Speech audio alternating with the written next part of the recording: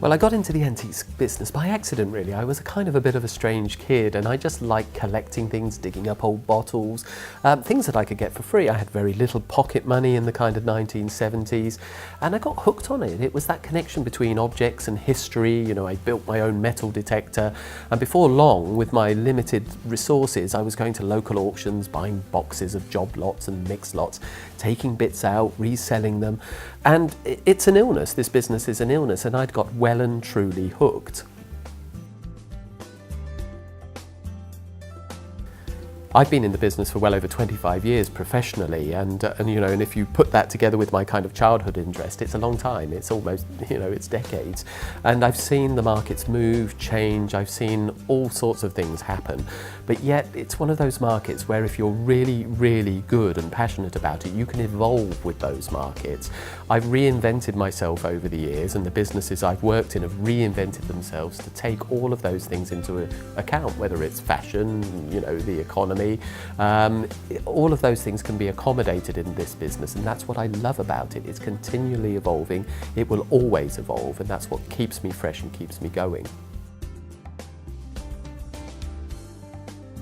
One of the things I like about the world that I work in is that over the decades it really has evolved. The word antiques no longer just means things that are 100 years old. In fact, it encapsulates a whole gamut of material. I'm as likely to be dealing with people who are in their 20s or in their 80s because it's such a versatile market now. We can deal with 1960s plastic furniture, we can deal with brown furniture, 18th century glass, pop memorabilia. It's a very, very, very varied market in which many people can become involved, and that's what's most challenging about it as well. And for me, it's one of the things that keeps me most interested because I have to have such a varied knowledge too. I'm one of those kind of, versatile people, jack of all trades, master of none. I love to dip my toe into just about every puddle that comes along and hopefully have something intelligent to say about most of those areas. Again, it's what keeps me passionate, it's what keeps me dealing with lots of different people, different age groups, and different types of collectors.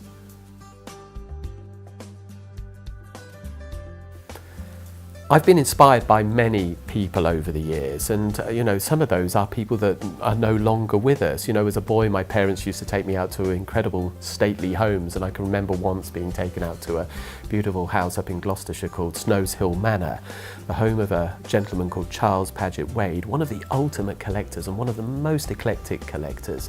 And he inspired me as a youngster, and I own things now. There are things in my house that I own as a direct result of visiting his house when I was a youngster.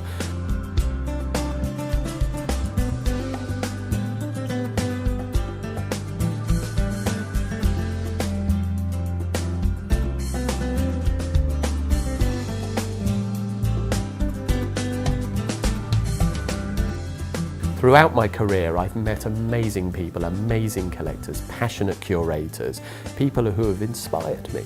And to be frank, one of my greatest mentors, I think, is one of my colleagues on the Antiques Roadshow, Paul Atterbury, who as a youngster I used to watch on the television and admire greatly. To think that I would end up working with him, I never thought it would happen, but it did. I'm really interested in working with MyAntiqueSchool because I think for once this is one of the models I've seen that really most appeals to me.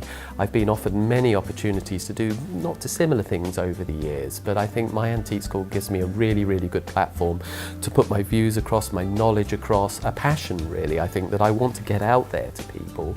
And it's a passion that's not always easy to confer in words, but I think this is a good opportunity for me to spend some really serious time doing that. So I'm very interested in actually trying to convey that.